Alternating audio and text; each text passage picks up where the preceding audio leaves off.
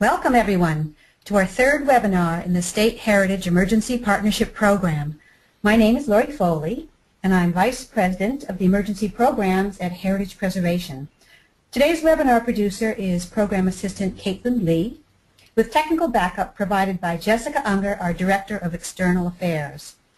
It's a delight to see so many of you joining us, and let's keep on joining and seeing who else can be part of this really super webinar. So welcome all. As Kate mentioned at the top of the, actually even before we started recording, in the lower right corner of your screen is a questions box. Unfortunately, in this webinar platform, we're not able to share the questions box with everyone, but throughout today's session, certainly feel free to post questions there. We'll hold on to the questions and pose them to Karen during breaks in the presentation. And if we can't get to all the questions in the time allotted, Karen has graciously agreed to follow up. We'll post those questions and, of course, the answers on our State Heritage Emergency Partnership webinar page. Also, if you happen to be experiencing technical difficulties, which I hope you're not, do let us know via the question box, and we'll work with you via that box to sort things out. This series of 4 webinars has been made possible by a Laura Bush 21st Century Librarian Program grant from the Institute of Museum and Library Services. Our partner in this project, the Chief Officers of State Library Agencies. Information about this and the other webinars in this series is posted under webinars on the partnership website. Here, our instructors are sharing some great recommended resources. Here too, you'll find a handout for note-taking, as well as a PDF of the PowerPoint slides. And soon after the webinar has concluded, we'll post a link to a recording of the webinar. So feel free to share that link with your colleagues and constituents. So let's see if we can advance the slides. They're not advancing for me. Here we go.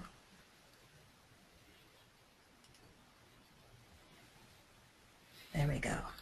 All right. I know many of you represent the states that have already accomplished a lot of great things in emergency preparedness.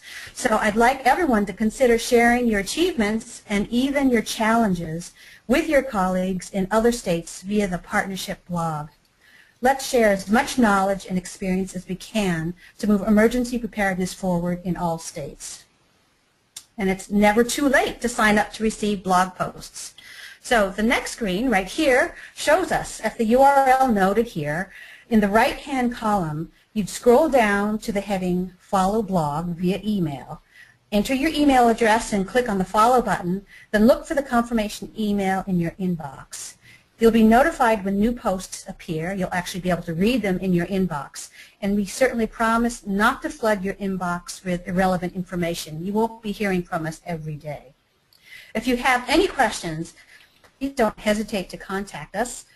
Here's my email address as well as Kate's and our phone number.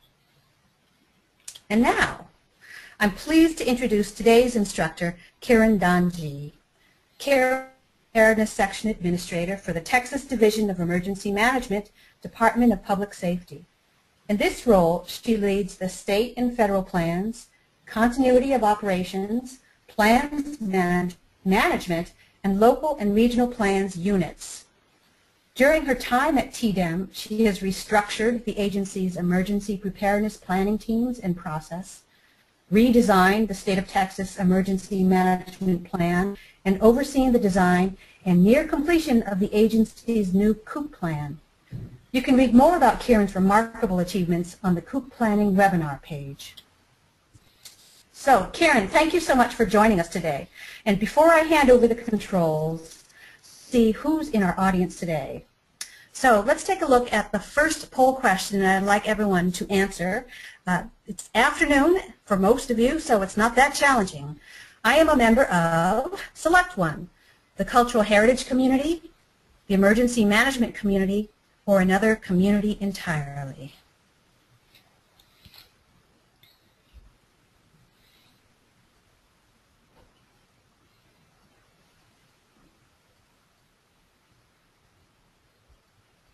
Okay, I think that's not too challenging a question. Let's see. what percentages we have representing each of these communities. All right. So 2/3 of you are from the cultural heritage community. I'd like to welcome and thank the folks who are checking in from the emergency management community. Most of you probably know very well about COOP planning, and I am really delighted that you're here to learn about seeing it through the lens of cultural and historic resources. And 4% of you are from another community entirely, and unfortunately we can't tell what those communities are. Okay, let's do another poll.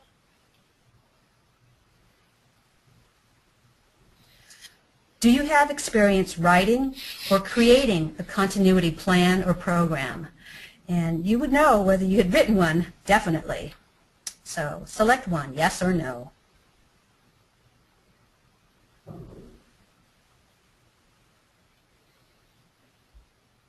Okay, I think we have enough people weighing in. That again isn't challenging. So again, more than 2/3 of you have not had any experience, so I'm delighted that you're here tuning in to find out more about continuity planning.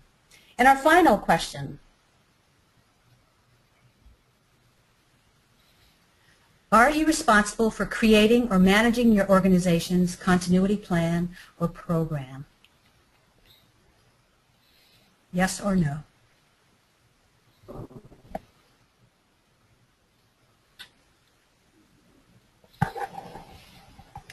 And most of you are not. So again, thank you for even bothering to tune in, because I think it's important to know what you're about to hear.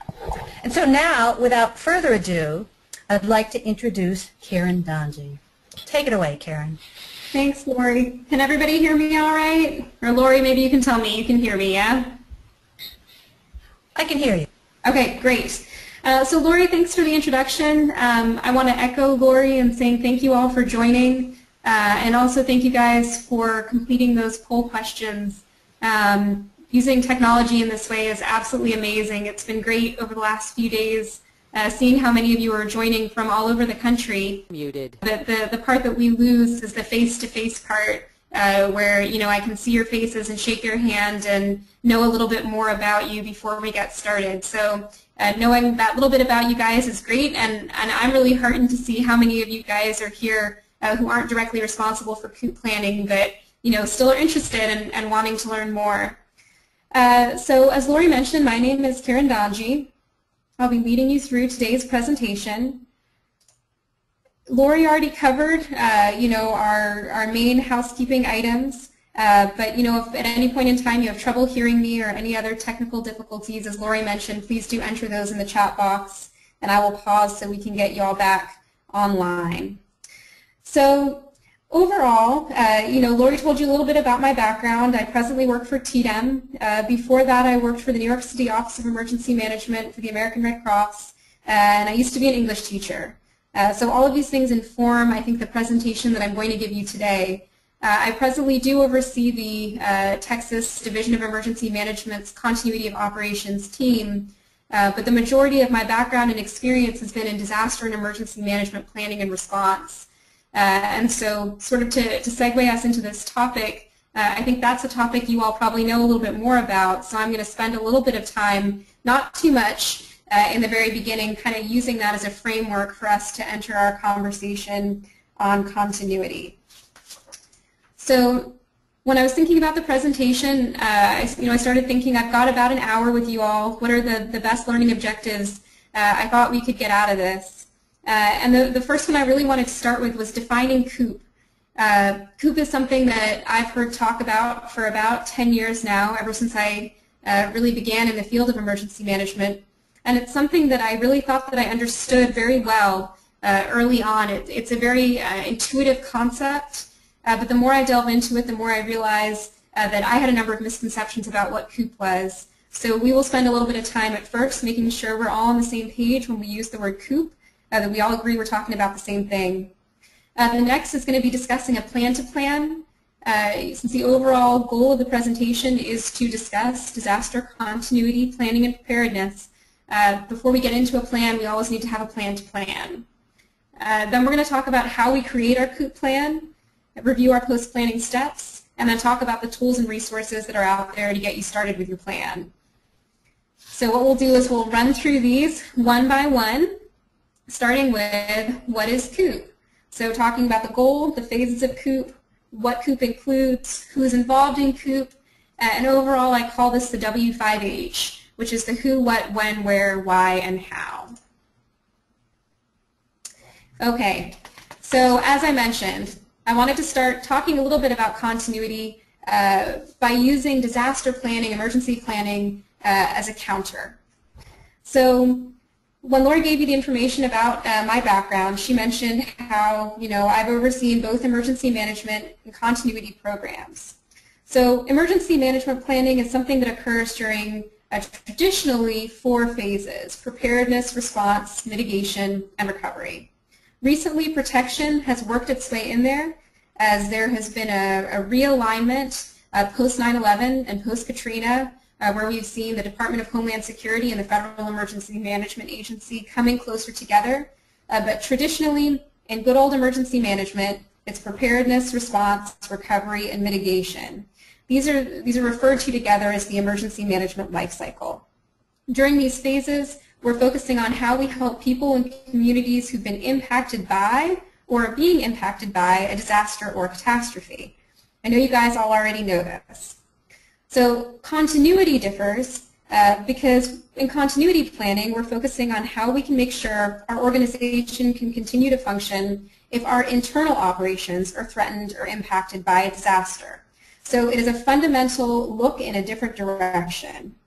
So when we conduct our continuity planning, we're working to make sure we can continue to maintain our essential functions so that we can serve the communities or our constituents who we're responsible for serving on a daily basis.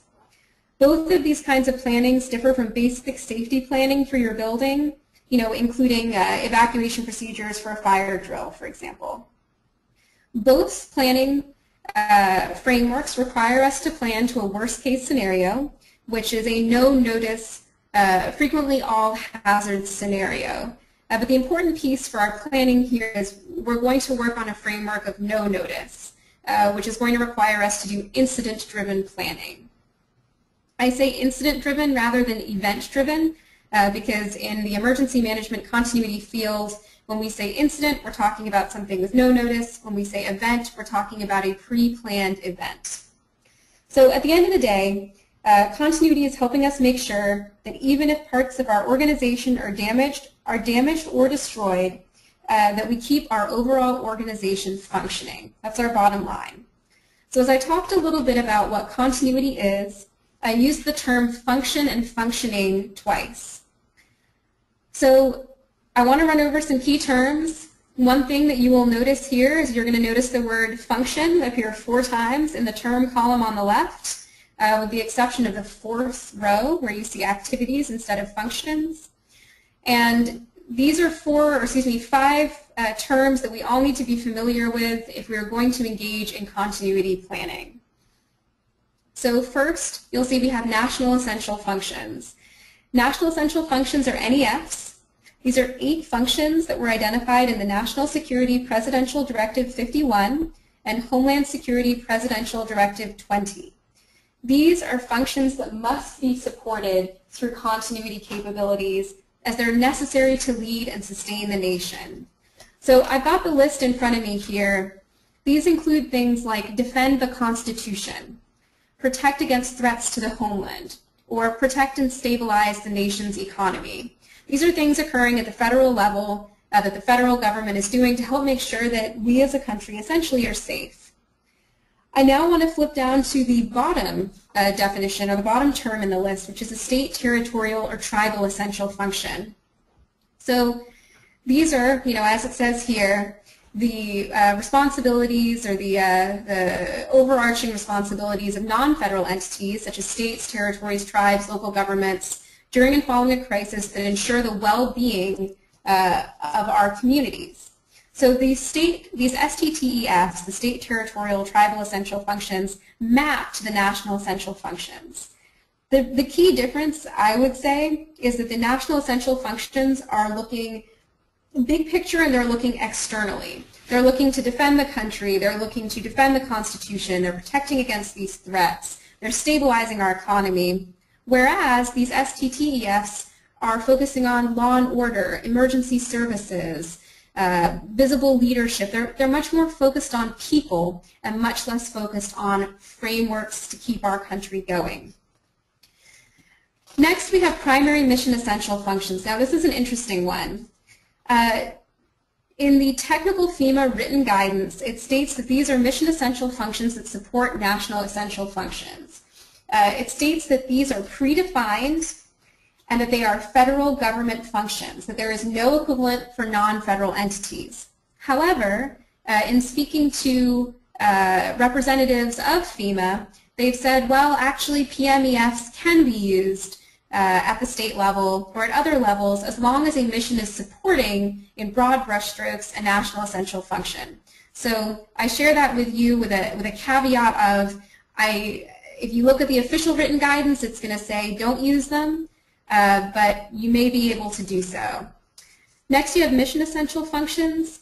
These are organizational functions you need to perform continuously or resume quickly to ensure health, safety, welfare of the population. So again, we're focusing on the population of the country, keeping everybody safe. And then we switch from functions to activities when we talk about, although we use the word here functions that an organization must continue in a continuity activation that aren't recognized as mission essential functions.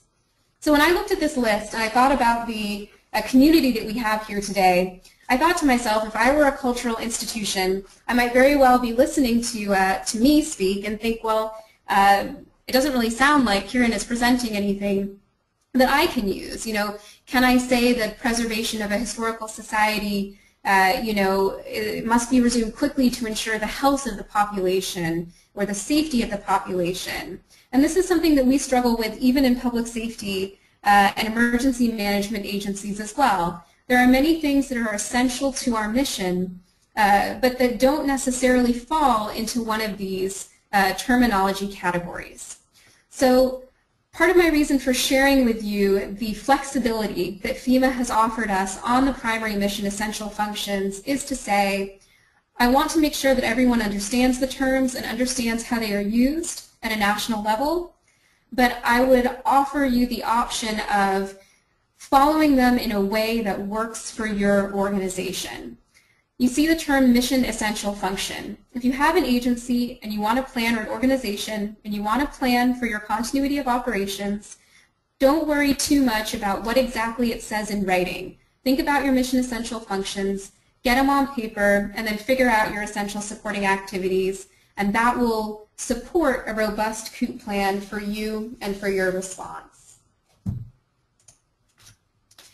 So, when we're talking about COOP, our focus is always going to be on these essential functions. The quote that you see here comes from the federal government. And as you see, it says, the goal of continuity is to continue essential functions, also to protect life and property. The reason I'm using a federal reference here is because technically COOP is a federal initiative.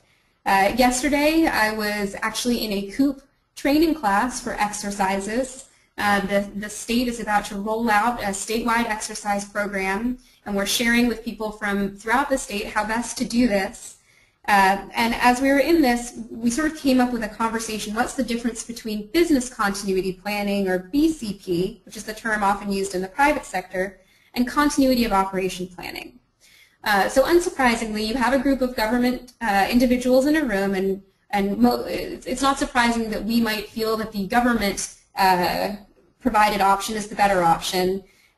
But what it really came down to is there isn't that much of a difference. The overall goal is make sure we can keep our organizations running, make sure we can minimize impacts to our organization, and focus in on our essential functions and keeping those running so we can get up as quickly as possible. So when we break this all down and we say, okay, so COOP is continuing our essential functions, I still feel as though I'm saying something where you might be wondering, well, what's she really talking about, essential functions? What do those really mean, and how do I know that I'm doing them correctly? And we're going to get into that a little bit further along. The other question I think you might be asking is, what does this really look like? in a catastrophic incident or another large disaster, how do we continue our essential functions? Because this is the point that we're being impacted and we can't continue them. So for the purposes of COOP, we look at a 12-hour time period and we say we should be able to get our essential functions continued up and running within 12 hours. That 12-hour number, however, also includes time for relocation. So if you deem yourself as having an essential function, your RTO, your recovery time objective, is going to be 12 hours for that function, and that includes time to learn that your office or infrastructure has been damaged, get your emergency relocation group, which we'll talk about in a moment, together, and relocate them and have them up and running and conducting your essential functions within 12 hours. I mention that now just because that can make that 12-hour number feel a lot shorter when you actually get there. So now let's talk a little bit about the COOP timelines. So there are 4 phases of COOP. Phase 1, readiness and preparedness, is listed at the top of the slide. That's where we are now. Our focus is on planning, on risk management, testing, training, exercises, the standard planning and preparedness stuff that everyone is familiar with. The next phase, phase 2, is activation and relocation. So you're going to notice we're diverging from the traditional disaster emergency management phases that many of you are familiar with, because we're not going from preparedness into response. We're going into this activation and relocation phase. So this phase starts as soon as the incident occurs. During this phase, we're working on procedures and processes to attain our operational capabilities, continue operations with minimal disruptions as quickly as possible, as I mentioned, within 12 hours. We're activating our plan, alerting and notifying relevant parties, making sure that non-emergency relocation group personnel are informed, as well as emergency relocation group personnel. We're moving people, we're moving records, we're going to an alternate facility. We're picking up drive-away kits. So you may be noticing, depending on your familiarity with emergency management, that I'm sharing concepts that are similar with very different terms. So in traditional emergency management, we talk about go kits. In COOP, we're talking about drive-away kits. In traditional emergency management, we're talking about response. Notice that I'm referring to a group called the ERG, but that the word I'm using for the R is relocation. It's not response. It's the emergency relocation group. So similar concepts, the same way you would have a group that would deploy to your emergency operations center, but in emergency management, we are designating those as response personnel, where here we are designating them as relocation personnel. Next, you go into phase 3, continuity operations. This phase starts at 12 hours when we're assuming your essential functions are now back up and running, and it lasts, they say, 30 days or until resumption of normal operations. This is when we're processing what's going on, we're transitioning responsibilities, we're continuing to provide guidance to non-deployed as well as deployed personnel. We're executing our essential functions, and we're focusing on personal accountability. We're making sure that everyone is safe, we know where everyone is, and we're making sure that we're keeping things running as well as possible until we can enter phase 4, which is reconstitution. Reconstitution includes recovery, mitigation, and termination. Arguably, mitigation also occurs in the readiness and preparedness phase. This is where we create an executable plan, and we come up with some priorities. We say, okay, so we're working at an alternate site, we need to get back. What are our priorities for our essential functions? How do we get those restored? We hope back at our original facility, or if not our original facility, at a new permanent facility. And we migrate our operations out of this temporary site so that they can be more sustained on a longer-term basis. Okay, so we've now talked about what COOP is, when we do COOP, so let's talk about the who of COOP. I've mentioned a few times this ERG, this Emergency Relocation Group. So ERG members have specific responsibilities during a continuity incident. These include making sure that we keep our essential functions running, taking on responsibilities that may be well outside their day-to-day responsibilities, and generally trying to do everything they can to keep our organizations running. They also have new job roles outside of their traditional job roles in the preparedness phase. when they're going to need to go to tests, training, exercises, develop these drive-away kits that they can take that are going to include the information and the records they need to keep their job moving forward, and making sure their families are prepared for continuity plan activation. That is, again, something that's in common with disaster and emergency management planning, but it is much more stressed in COOP planning. We also need to remember our non-ERG group members. Some people could be directed home if they're not members of the ERG. So this is something important to remember. When you're talking about a continuity incident, you are not planning to take your entire team and relocate your entire team. You're planning only to focus on your essential functions, find the minimum number of people who can come in and conduct those functions, and you are only planning to relocate that small group of people. That means there is a large group of people, one would presume, who are not being relocated, who are going to have questions and need information about what they're supposed to do, where they're supposed to go, what the HR financial impacts are on them, things along those lines.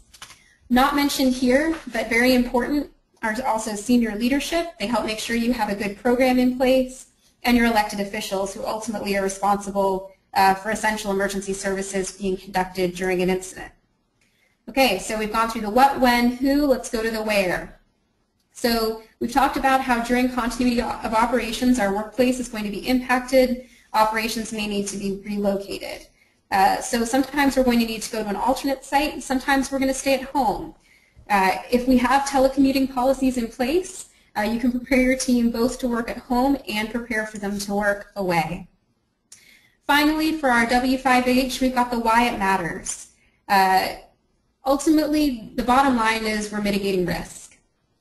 Those of you on the call today probably don't need me to give you this slide telling you why COOP is important. However, I think it's possible that you may find yourself in a situation where somebody says to you, why should COOP be a priority? Because ultimately we're all competing to implement programs we think are important and try and get the buy-in of senior leadership. The item I want to talk about right now is the one at the bottom of the slide. You can find varying estimates about how much you save in preparedness, in response by investing in preparedness. The number I'm most familiar with is $5, but when I went online, I found the UNDP, United Nations Development Program, says it's $7. So much like any other preparedness program, COOP matters because we're saving ourselves money and time down the line. We're making sure we can stay open for business. We're minimizing a chaotic situation during a disaster. And, especially in your case, most of you, or I think all of you participating in this webinar, are engaged in fields where you truly care about your work, you truly care about the organizations which you're working for, and you're motivated by the positive impact of the work that you do. So minimizing an interruption to that work, minimizing overall damage to your facilities or to your resources is something that, it matters a lot and it's important. So quick recap. We've talked about the who. We know our emergency relocation group, leadership, senior leaders are all important in COOP. We know what is involved with COOP. We've talked about those essential functions being the core, which we'll come back to later. We've talked about when COOP takes place, its 4 phases, where it takes place, in the home with telecommuting or away at an alternate site, and why COOP is important. What we haven't talked about is the how, and that's what's going to come next. But before I go into the how and detailed information on planning, I think, Lori, we were going to open it up and see if any questions have come in so far. It looks like you're doing a super job, Karen, because we don't have any questions for you so far. So if you do, folks, come up with any questions, feel free, again, to enter them in the questions box in the lower right corner. So you're free to move forward, Karen. All right, let's go. All right, so now we come to the plan to plan. You'll see that in the subtitle here I've written 2 words that may or may not be familiar to you. The first one is POETI and the other is the P2P. POETI is a term that I had never heard before until I came to Texas and learned that it is common acronym speak here, and it stands for Plan, Organize, Equip, Train, Exercise, and Evaluate. The P2P is an acronym that I learned from the Texas Military Forces. They use the P2P to mean the plan to plan. And both are important frameworks and contexts for us to consider before we delve into our planning, especially the P2P. But before we get there, let's start with POETI. So COOP planning is not different than any other kind of planning in the sense that the creation of the plan should be treated as a project. So I'll say this one more time because I think it's very important that the creation of the plan should be treated as a project. So what do I mean by that? Right now, I am in a very fortunate situation to work with a number of incredibly talented planners. There are about 25 planners and plan managers on my team at TDEM. And one of the things I notice when planners are new to our team is that the concept of a plan to plan is sometimes new to them. I think people often walk into planning and you think, oh, well, the first step of anything is to plan. So I'm going to go write this plan. And that misses this fundamental step of planning to plan and the need to treat a plan itself as a project where you step back and you figure out what it is you're going to do for that plan, who's involved, how you're going to do it, why you're going to do it, when you're going to do it, the whole W5H. Similarly, you need to treat this POETI cycle, I would argue, as a project. So we start with planning. Once you figure out your project plan for planning, you would then move into organizing, bringing your human resources together, equipping, making sure they have the things they need to be able to successfully conduct the plan. You train them once you've given them their instructions and their equipment. You then exercise them, and then you evaluate, make changes to your plan, and the cycle goes round again. So before we can really get into that cycle, let's focus in on this P2P, and I'm going to focus in specifically on the P2P for planning, since the real focus of this webinar is planning.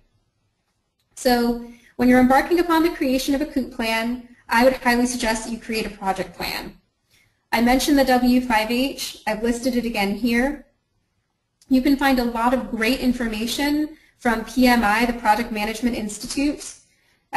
Soon we're going to put up a plan-to-plan template on the Texas Division of Emergency Management's website. We released it last May.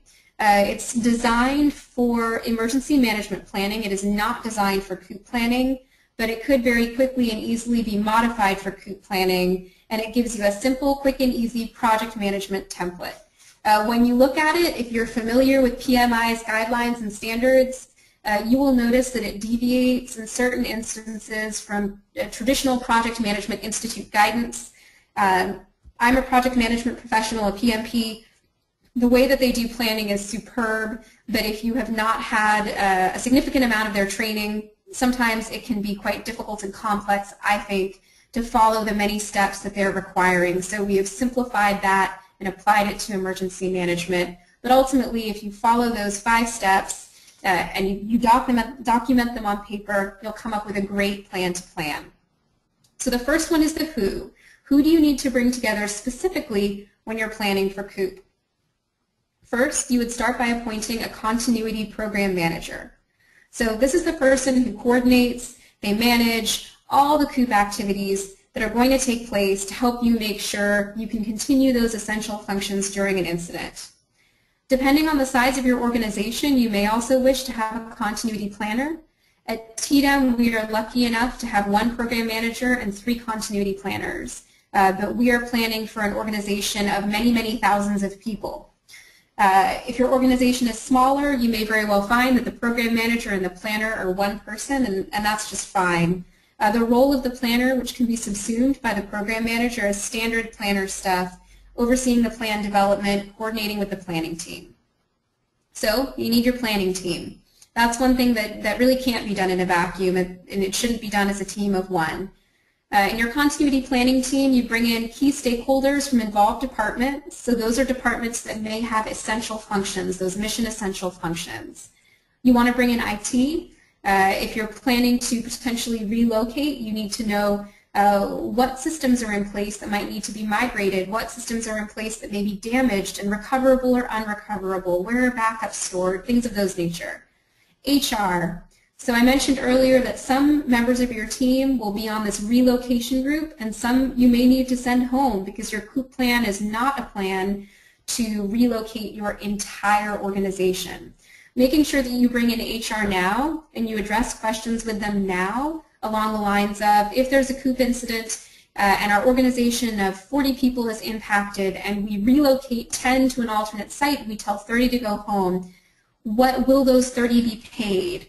Will they be asked to work from home? Working that out now will save a lot of trouble and a lot of stress during an already stressful incident. Facilities. You need to bring in your facilities people and say, hey, what facilities do we have? How could they be impacted? How have they been impacted in the past? Where are we vulnerable to the best of your knowledge? You probably want to talk to them about whether or not they're aware of alternate facilities that may already exist within your organization that are geographically located away from where your office presently sits, where sites you could use as an alternate facility. Procurement and acquisitions, you want to bring them in now. If you're going to relocate, I would venture to say that it is likely that you will need to buy things, that you will relocate to an alternate site, or you'll have people working from home, and very quickly, especially outside of your usual office, you're going to find that there are many things that you need to purchase to keep your office functioning. Making sure you know who can make those purchases, how those purchases are made, and how billing and acquisitions will occur when you are off-site and do not have all of your tools at your fingertips should be pretty helpful. External affairs, depending on your organization's function, if you have an external affairs component, bringing them in now, making sure messaging is worked out is a great idea. Bringing in legal. Legal ties back to some of those time and pay issues I was mentioning earlier. If you have unionized staff, a union representative. Bringing in security, talking about how site security will occur. If a continuity incident occurs, also very important. And we've mentioned before leadership. It can be very difficult to get leadership to attend your continuity planning team meetings. I would argue that that is one of the reasons for creating a clear and detailed project plan in the beginning. If you give them a list of all the meetings that are going to take place, show them that these meetings are going to be quick, efficient. I recommend personally 1-hour meetings. Showing them key points where they can engage with the group, but it not be an enormous amount of time on their part to sit through 3 or 4 hours of legal wrangling. You're more likely to get them to agree to be involved by making them see the clear plan and how and why they should fit in. So that's the who. So now the what. We've talked a lot about essential functions. This is where we scope the plan. What I've listed here, I've called it the top 10 list. These are referred to in continuity of operations technically as the elements of continuity. It's basically a short list of items you need to make sure that you include in your COOP plan. Rather than read through these one by one here, I'll tell you that shortly I will run through them one by one on a number of slides, and we'll talk about them more in a little bit of depth. So throughout these 10 elements, there are 4 pillars of continuity that come through. I mentioned the pillars in case you're curious about them, but they're essentially leadership and staff are your pillars 1 and 2. Communications technology is number 3. Facilities is number 4. So it's your people, it's your places, and it's the communications technology that's going to make those people able to work at those places.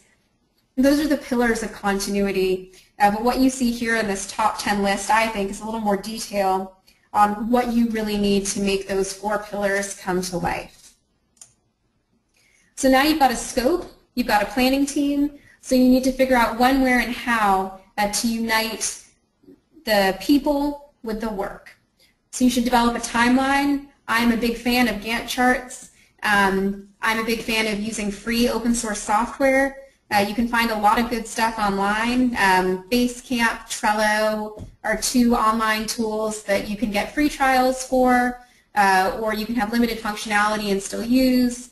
Microsoft Project often offers incredibly cheap subscriptions if you're a government worker, or you may very well have these tools already on your computers, or your organizations may be able to access them for you. Ultimately, it comes down to what you feel most comfortable with. Many people do not like Microsoft Project software find something that works for you and your team, create a timeline. Leverage technology to make it easier for people to participate using things like this webinar. Develop a communication plan. You know, your communication plan, I think, should be a table. It should tell me who is being communicated with, when they are being communicated with, what the message is that they're going to receive, you know, how you're going to send the message, when it's going to go out, so that you make sure now that you don't forget 3 months from now when you're really stuck into this plan, a key message that needed to go out, which then impacts your plan negatively later. Again, I consider using formal project management templates to guide you. And consider for the how section referencing legislation or organizational mission statements to justify why the project's a priority. The reasons that I gave you earlier for why COOP was a priority were generic reasons. There are also often legislative or policy reasons that you can use to say, hey, here's why we need to get this done and make sure that it remains a priority. So, recap, bottom line. Always create that plan to plan before starting in. It's so easy to just jump in, and you can jump in, but in my experience, and it's advice, take it or leave it, I would always create a project plan before you embark. Okay, so now it's time to plan. So this is where we're going to zoom in on those top 10. So for each of the key elements of continuity, what I'm going to do is go through an overview of what the element is. But given that we have this time constraint of a 1-hour webinar, I'm not going to be able to go into depth on the how to get each done. But that said, there are 2 core resources that are available to you online that give you the how in actually a pretty good, easy to read way. So I'll mention them now so that as I'm running through the slides, you know what I'm talking about. So the first one is called CGC1. Continuity Guidance Circular 1. The second, creatively named, is CGC2, Continuity Guidance Circular 2. So these were released starting in 2009 is when the first CCG1 came out, 2010 CCG2, and then 2013 we started seeing revised versions for both. So the first CCG1, what it'll do is it gives you a page or 2 on the how-to guidance for each element. So you'll see about a paragraph or 2 or 3 which give you the overview of what the element is, which by the end of this webinar I hope you're familiar with. And then you'll see a list of steps, and they're numbered, sometimes 1 to 8 or 1 to 20, of every single thing you need to do that you can use as a checklist to make sure that you are fully prepared for each of those elements, which is pretty handy. It's a standard federal document, by which I mean you don't look at it and want to pick it up and want to take it and put it on the nightstand and read it, but it is pretty well written and easy to follow. So I would encourage you guys to take a look at it. It is certainly not as daunting as some other documents that our federal government has released for emergency management, the 300-page documents. It's pretty short, it's pretty good. The next one is CCG2. Now CCG2 focuses in on essential functions. So the same size document that the feds give us to guide our planning for all 10 functions, they've created a completely different guide of the same length just to guide us through the identification of essential functions. I mention that now because the first item we're going to talk through is essential functions. I would expect that at the end of this, you all might still be thinking, I'm not entirely sure how it is that I identify those essential functions. And I would say, that's okay. Go open up CCG2, recognize that this one is a pretty tricky one. And also, when we get to the end of the presentation, you'll be able to find links for both of those documents on the links page. I'm sorry, on the resources page. Okay, so essential functions. We've talked a lot about them so far. I broke them down into 4 categories here. Basically, I'm mapping essential and non-essential against mission and non-mission. So when we have something that's a mission and it's essential, it becomes a mission-essential function. When we have something that is a mission but it's non-essential, we could call it a deferrable mission. It's a mission that can wait. Still a mission, but it's a mission that can wait. It's deferrable. When we go to the next row, If we say, we have something and it's not a mission, but it's essential, that would fall into the category we talked about earlier on the terms page of an essential supporting activity. Finally, if we come over to something it's not a mission and it's not essential, well, that sounds to me like it's deferrable and it's supporting. So that is a deferrable supporting activity.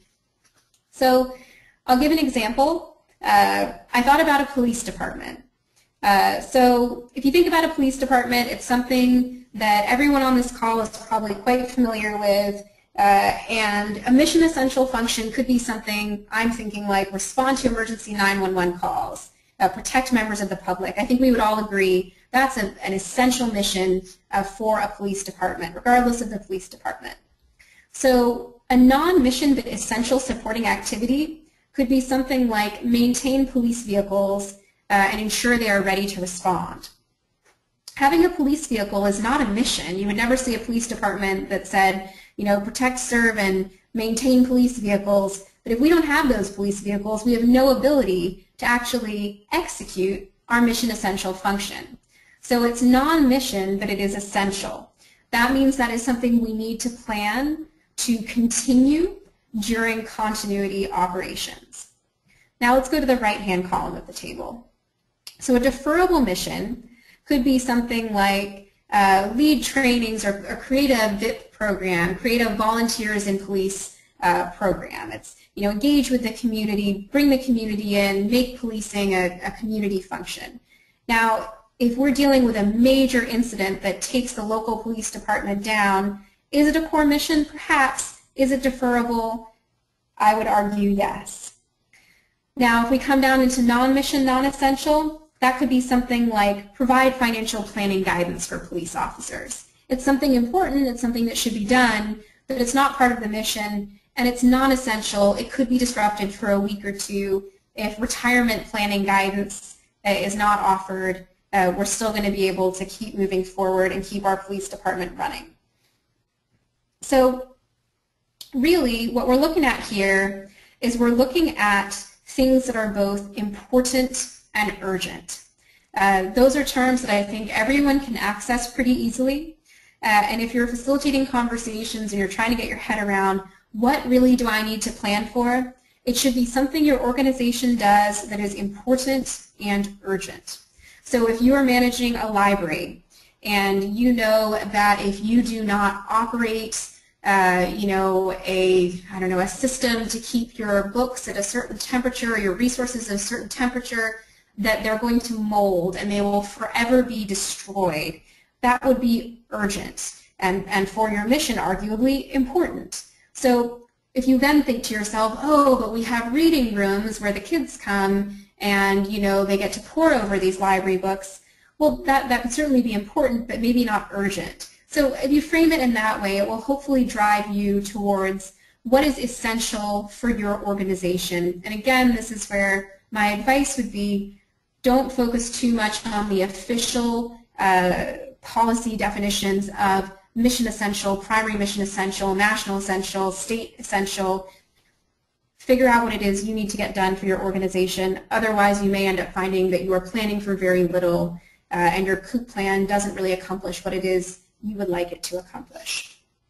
So once you come up with your list of your mission essential functions, you're driving importance and urgency, the next thing to do is make sure you have your leadership's approval on these essential functions.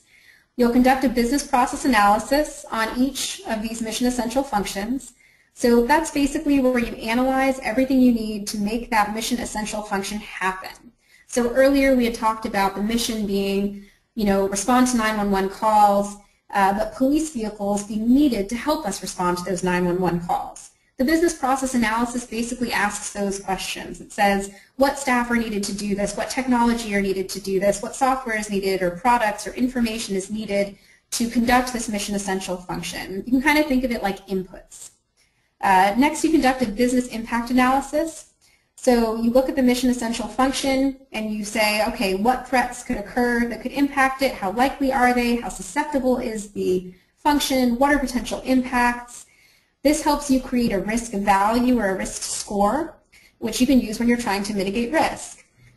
Follow standard risk analysis procedures. outside the scope of this webinar, there's a lot of great information online for how to calculate those scores and figure out what to prioritize and what risks you can mitigate, transfer, all that kind of stuff. Whatever risks remain for mission essential functions have to be addressed in your COOP plan.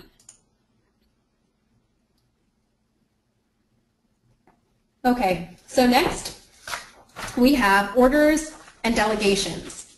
Orders of succession and delegations of authority. I put these here because much like disaster and emergency planning and COOP, I think if we look at two things in comparison, it can help us understand both. So orders of succession tell me who can fill a position.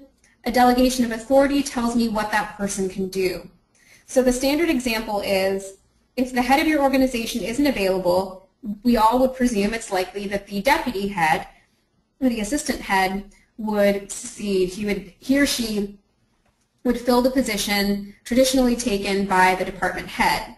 However, if there is a CFO in place, you may find that actually financial decisions that were previously made by the head of the organization do not pass to the deputy. Financial decisions pass to the CFO. That's a delegation of authority. It tells you what the person can do. So orders of succession tell me who can take a position when it has become vacated. The delegation tells me, okay, they can take over, but what can they actually do?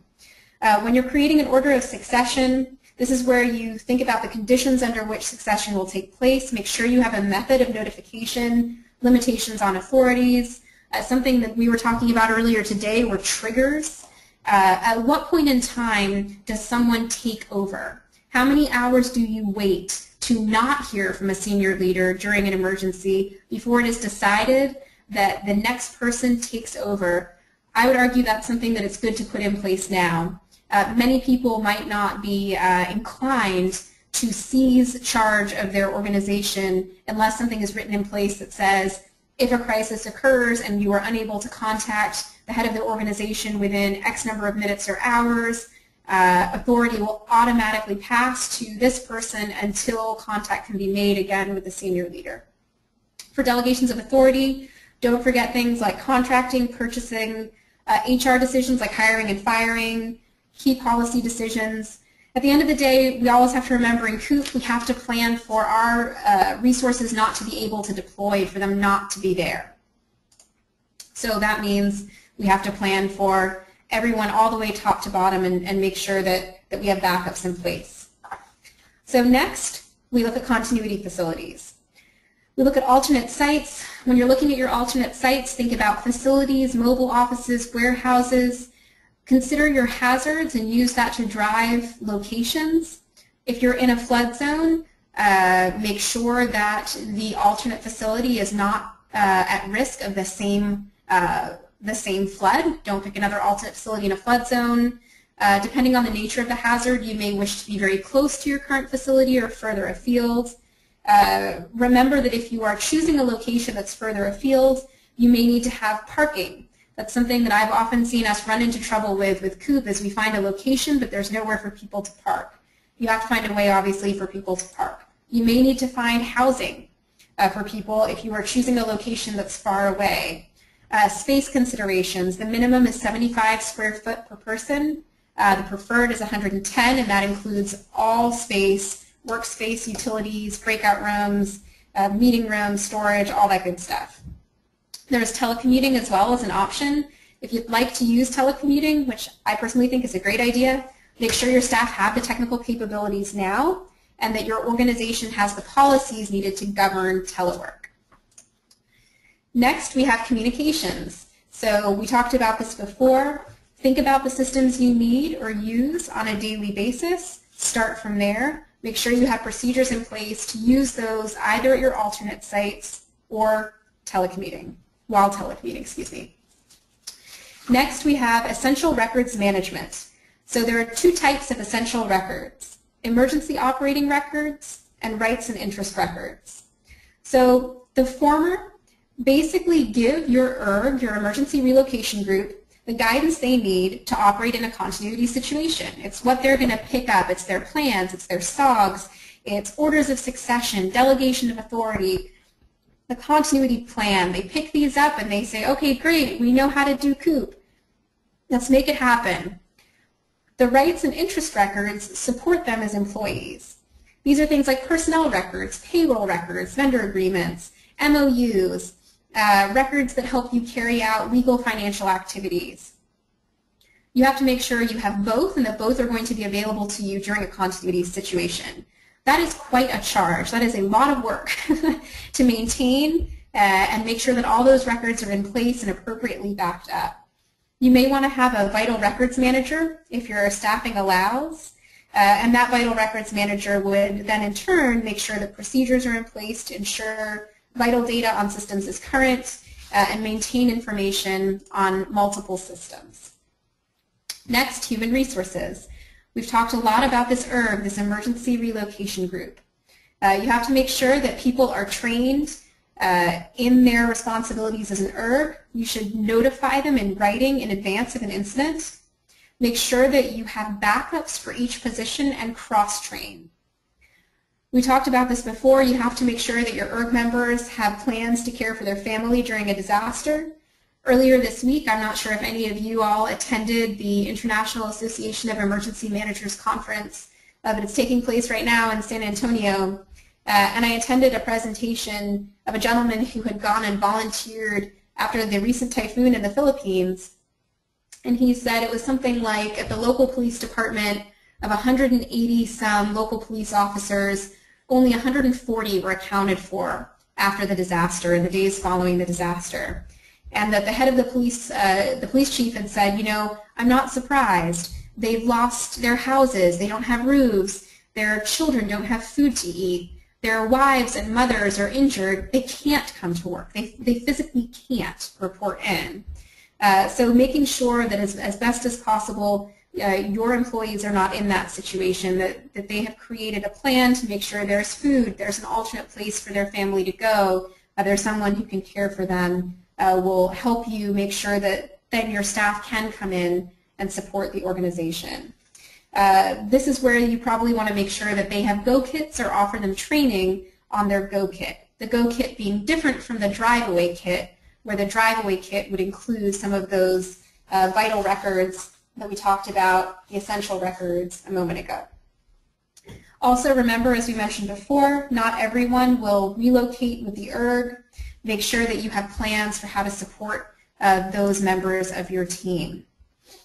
Your plan also should mention how you'll test, train, and exercise, but we'll come back to that a little bit later. Next, we have devolution. So I'm not going to read out this very bureaucratic definition here, but basically devolution is the worst of the worst planning. This is where you're planning that everyone in your organization has been killed, or everyone in your organization is so impacted that they are unable to come in and support, or so few people are able to come in and help that your organizations cannot follow its COOP plan without help from the outside. This is where you plan in advance for people outside your organization to come in and help you with your role. In emergency management, those of you who are emergency managers, you're familiar with EMAC, the Emergency Management Assistance Compact. This is where we can very quickly go state to state and request qualified, trained emergency managers to come in and help us run our organization. I'm not sure if something similar exists in the cultural heritage community, but making sure that those connections and networks are in place in advance, including MOUs for financial reimbursement, because those, in my experience, are what take the longest time to work out during a disaster, so that people can come in and they can supplement your staff very quickly and help you make sure you keep your essential functions running to mitigate the overall damage and disruption to your organization. You also want to start planning now for reconstitution.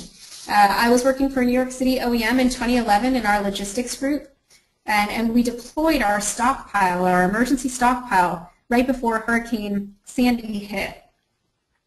Hurricane Irene. Let's get these two confused. Anyway, 2011, we deploy our entire stockpile, push everything out, we're waiting for this big storm, and the big storm does not hit New York City.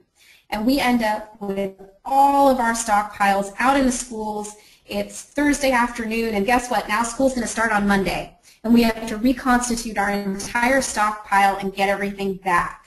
That was something we had never planned for. We had never planned that we would put all of our supplies out, the storm would pass, and we would have 3 or 4 days to get all of that out there and back so schools could reopen.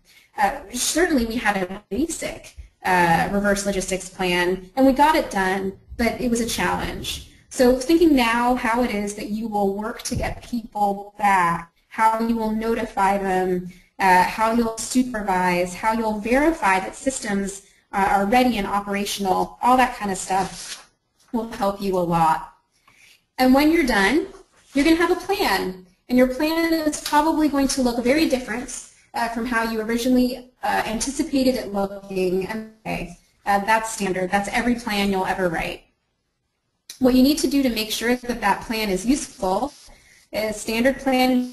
Make sure you update it, you maintain it, and you complete it. I would suggest that you make sure you have a plan for all 3 of these before you distribute your very first copy. You don't want to distribute a number of paper copies and then find that you are required to maintain the plan every month and make updates because of the level of turnover. And every month you're changing because someone has been hired or someone has left, and now you're distributing maybe hundreds of copies of this document on paper, and this becomes a very large job.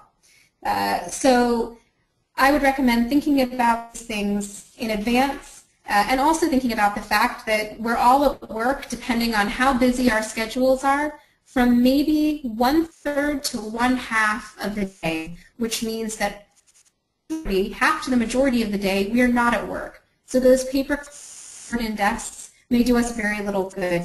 And this is hopefully where, as our workforce changes and more people in the workforce who are incredibly familiar with technology, having grown up knowing how to flip a page on an iPad faster than they know how to flip a page in a book, they might be able to help you build some really nifty, apps or other things that you can use on your phone to access this information. So to recap, your COOP plan really should provide answers. You want to make sure it tells you what activities people to perform, who performs them, when to perform them, where to perform them, and how to perform them. When you're creating your plan, make sure you've already got a plan in advance to keep it maintained and current. Now I'm noticing a comment. It sounds like there is some interference coming in for you all. So I'm going to try and mute and unmute myself. Has that cleared up the interference, Lori and Kate? Okay, sounds like it's better. Sounds good to me. Great. Okay. I think I was originally going to take a break here, but I've got about 5 minutes left. And given the time, I'm just going to keep pushing through these last couple of slides. So at this point, we've talked about what is COOP. I think we're all on the same page what COOP is. We went into how do you plan to plan, what is this whole POETI cycle, how do we plan for that first part, the planning piece, what goes into our plan, who we bring in, how we get it done. And so now it's time, I think, for us to come back to that POETI cycle and talk about post-planning. This is where we talk about the organizing, equipping, training, exercising, and evaluating. So organize. By this point in time, hopefully you are all sitting there thinking, I'm telling you the same thing over and over again, and I hope that means that it's starting to sound familiar. But the ERG, you want to bring your ERG together. Make sure that everyone who has a role in executing the plan knows they have a role in executing the plan. Bring them together, organize them, let them know what it is they need to do. Make sure that there is communication and coordination among the members of the group. Sometimes it can be challenging to think of ways to keep people engaged. A continuity working group can be a great way to sort of alleviate some of the pressure of trying to find ways to conduct training and conduct exercises in a way that are engaging. A continuity working group could be internal or it could be intra-organization. And it can just be something where, much the same way Lori and the Heritage preservation group brings together, our group of practitioners a month or two. Create your own continuity working group with others in your state, outside your state, with similar organizations who are interested in continuity, and do a 1-hour meeting every month or every 2 months to share what you're working on, share what you're learning. It's a much lower stress environment for the continuity manager to have to think about. They're not having to plan a training or plan a test or plan an exercise, but it brings people together, it keeps them engaged. Next, equip. Make sure that you have the infrastructure in place so that employees can do their job. We talked about implementing a telecommuting policy, but think about the fact that in advance this could require you to equip your staff with very different resources. So a functional example or a recommendation that I would offer, if you're not already doing this already, as your desktop computers need to be replaced, consider replacing them with laptops with a docking station. At TDEM, every member of my planning team is issued with a laptop. It is no different for me or for them day-to-day working. We work on a regular keyboard, we use regular screens. There's a very simple docking station that we plug that laptop into, and at the end of the day, we pop it off and we take it home. Again, making sure that you do something like that doesn't cost that much more money, but it allows your staff to be much more mobile. Also make sure that you have guidance for your drive-away kits. These could include things like clothes, medicine, toiletries, water, flashlight, identification, pens, paper, and vital documents. Then we come to training. Training is fantastic. It's what makes sure everybody really knows, or when everybody really knows how to do what it is they need to do. I am a reader, I'm a writer, I'm a planner.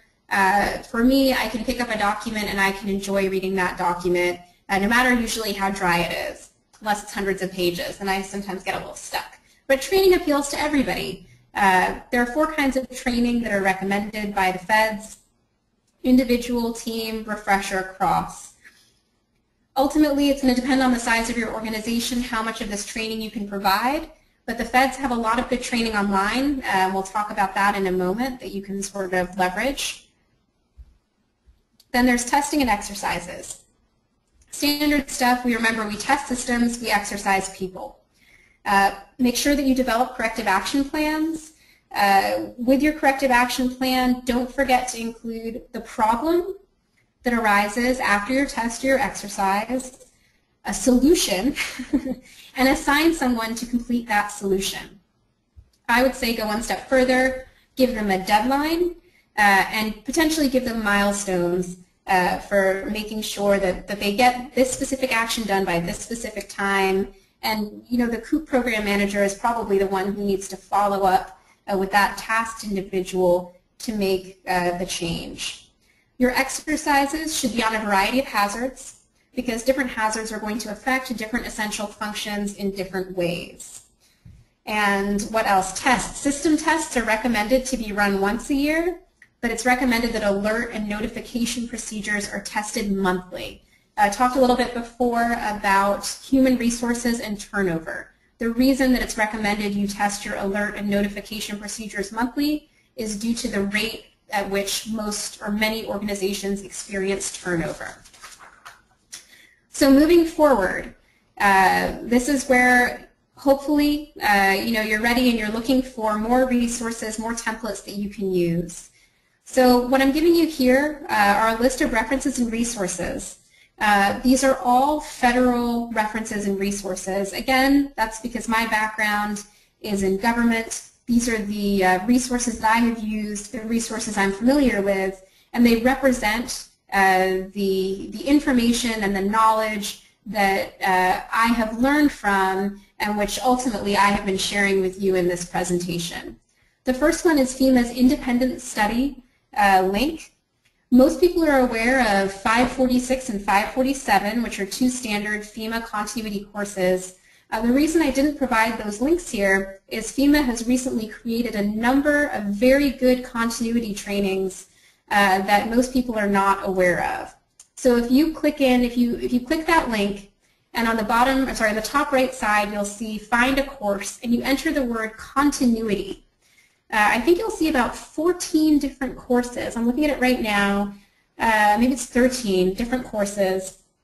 And they're great. A number of them have recently been updated. They're going to give you a lot of very good information to help you build up your continuity knowledge. The second one is ready.gov. There's an entire business continuity planning suite with videos on different stages of continuity preparedness and planning. I'm told that the videos are excellent. I haven't watched them myself, but I have reviewed their content that they've written, and it's good planning information. Next, you have CCG1 and CCG2, those two links there. I would encourage you to use these links, or be careful if you search for them yourself online. At least in Internet Explorer, if you search for CCG1, the outdated version comes up before the recent version. And finally, if you're very, very interested to learn more about where this all came from, the link to National Security Presidential Directive 51 is provided at the bottom of the page. So with that, I think we have a few minutes left over for questions, and I will turn it back over to Lori and Kate. Karen, that was fantastic. And I'd love to share, if we can get the technology to cooperate, I'd love to share Steve Pine, who made a comment in the questions box that I'd like him to share. So Steve, are you on? Well, I'm trying. Can you hear me? We can. Oh, great, great. Well, yes, I also would like to say it's a great program. I really appreciate your sharing, Karen.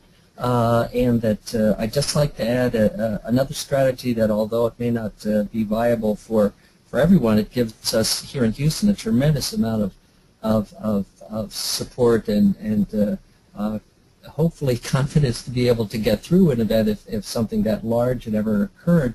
But what we do at our institution is to keep a duplicate set of key records, documents, and files in servers that we maintain in Austin, actually, to aid in continuity should a massive local loss occur. And this is updated periodically and then tested annually by our IT and some members, the key members of our ERG. And then we also have an emergency phone number for staff in case of local communications loss of contact with our ERG, which is hosted in a mutual support agreement with another museum in a different state. And this will aid in HR communication with non-essential staff for issues such as a phased return of service and dispersing of checks and any number of things. But I just wanted to throw that out. That these are a couple things that we've done here that I don't think are unique to us in Houston, but could be modified depending on the scale that the institution is able to manage, and hope that that's helpful for someone. Steve, this is Lori. I have a question. How long has your ERG been? Excuse me, how long has the ERG been what? How long has the ERG been around? Oh, do you know? Okay. Has it been years? Well, we've had we've been developing and improving and expanding our planning, and it's gone from just preparedness to now it's developed as we keep building on that year after year to have response and continuity as well. And I think that now, just in the last 3 years, I think we've had a more formal recognition of a dedicated ERG, and we have a remote command outpost that we've developed, and we just keep adding as we go. We can only do so much each year, but but we try to add to it and refine it and just keep it up to date annually. Has it been, do you recall when it was first implemented, whether there was any pushback from management or any difficulty getting buy-in from the powers that be? No, there wasn't. After Tropical Storm Allison got our attention, many years ago, we've had enough near misses and then had to deal with Hurricane Ike, we certainly recognize the need to be prepared, and that it's more cost effective, and we have a greater layer of protection if we think ahead and we do have these sort of systems in place. So I don't recall there being ever any pushback, although sometimes I guess over some of those years the personnel might not have all been able to dedicate enough energy to it, but having it grow over time and being cumulative and having some staff continuity has really been a bonus. Thanks so much, Steve. I appreciate your commenting, and the Museum of Fine Arts Houston gets stars for having an ERG. Wow. No, thank you. All right. It doesn't look like we have any other questions right now. Certainly, if any questions arise as you ponder, here's a question right here. Why didn't you utilize the standard DHS COOP plan format?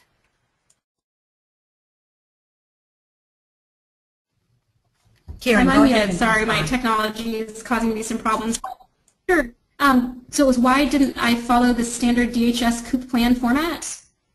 Was that the question? Yes. So in the presentation, I was wanting to focus on the essential functions. Certainly when you create a document, you'll have standard bookends, you know, an introduction section, you know, you'll have a section with references. You can, I think, ultimately organize a document in any way that really works for you. The federal government has come out with two tools. They're the CAT and the KET. The continuity assessment tool and the continuity, the continuity assessment tool and the continuity evaluation tool. The evaluation tool is used for the federal government, and it's a checklist that can be run through where, you know, you check off, you know, showing that you have completed every step that's required. The continuity assistance tool is very similar. It's designed for state governments, since technically the, you know, NSPD 51, HSPD 20 is requiring, it's putting requirements on federal organizations. So that's why, in my understanding, when the feds give us guidance, it's always guidance or assistance. They've been very careful in their terminology about not giving us sort of language that's very sort of instructive.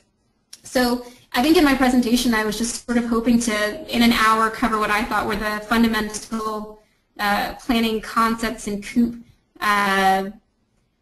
Maybe if you could give me a little bit, maybe a follow-up question. I'm not sure I'm really answering this in the way that the person who submitted the question would want it answered. But I'm not entirely sure as well how to respond. So Michael, go ahead and if you want to elaborate, go ahead and use the question box and fill that in. And in the meantime, I'll fill in just briefly to give you two final items to share with you. First, you'll soon be receiving an email that contains a link to a brief 7-question evaluation, and it will look something like this. There you go. Click on that link when you get that email and complete the survey for us, please, by December 4th. As I mentioned at the top of the program, this webinar series is brought to you by the generous support of the Institute of Museum and Library Services. So your responding to the evaluation will demonstrate the value of the programming, and your feedback can certainly help us garner future support. Also, our final webinar on disaster aid from the U.S. Small Business Administration will be held on Wednesday, December 3rd, so Wednesday right after the Thanksgiving holiday. For emergency protective measures and debris removal, FEMA public assistance is available. But for permanent repairs and or collections stabilization, most private nonprofits don't realize that they need to apply first to the Small Business Administration.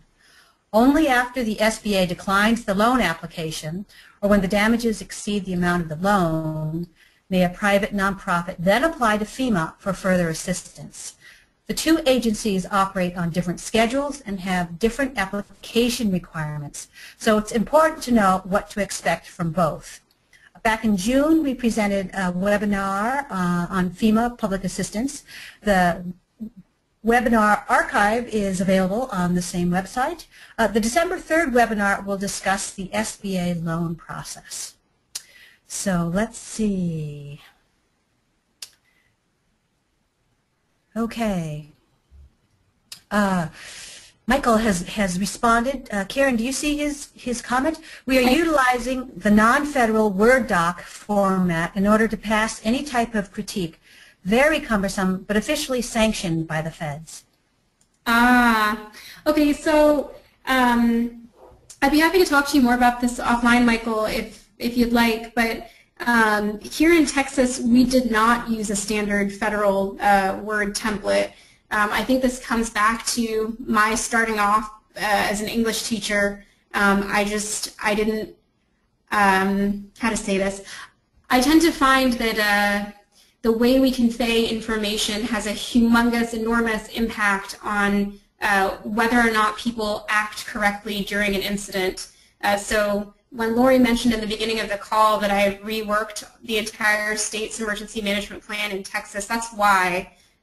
It wasn't that we didn't have good content, it wasn't that we didn't have good information, it was that the way it was conveyed wasn't maximizing the time that users would spend reading it and attempting to follow it, and I was finding that people weren't picking up the documents and using them. So here in Texas, we created our own plan, our own ERG guides.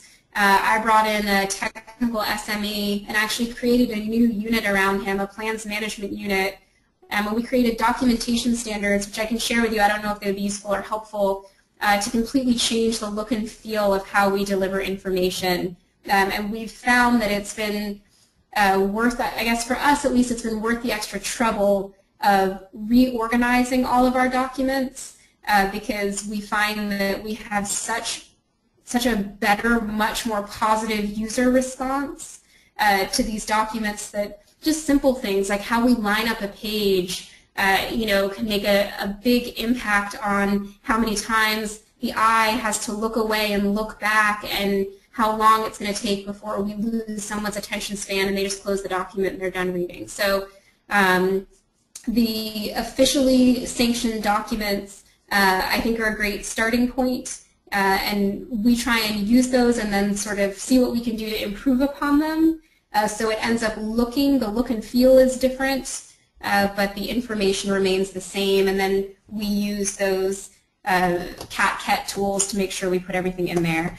I hope that answers your question better, and if not, we can definitely offline if you would like, or feel free to, I guess, either unmute your microphone or shoot me another question, and if I'm missing the question, I will try and hit it again. So we have been asked to post the non-federal Word doc format, Word doc, and so we will be looking for that, and we'll be happy to post that in addition, just so you can see what it is that Michael was referring to.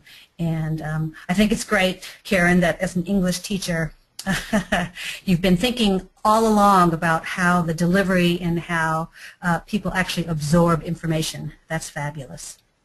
So let's see if we have any other questions. It looks like not now. So if you have additional questions once we've posted the information, certainly feel free to contact Jess or me and Kate and me, and we'll be happy to pass the questions along to Karen, who will respond online. Because if you have a question, no doubt others would be interested in the answer. So thank you, Karen, for such a fabulously informative webinar. I know I'll be reading those resources with you in mind. And thank you, Kate, for keeping your eyes on many monitors. And Jess, if you're there, for your behind-the-scenes support. And thanks to all of you who logged in and stayed today. We look forward to seeing you online in December for our final webinar and to seeing you sign up and contribute to the State Heritage Emergency Partnership blog. So have a wonderful and a wonderfully restful Thanksgiving. Goodbye.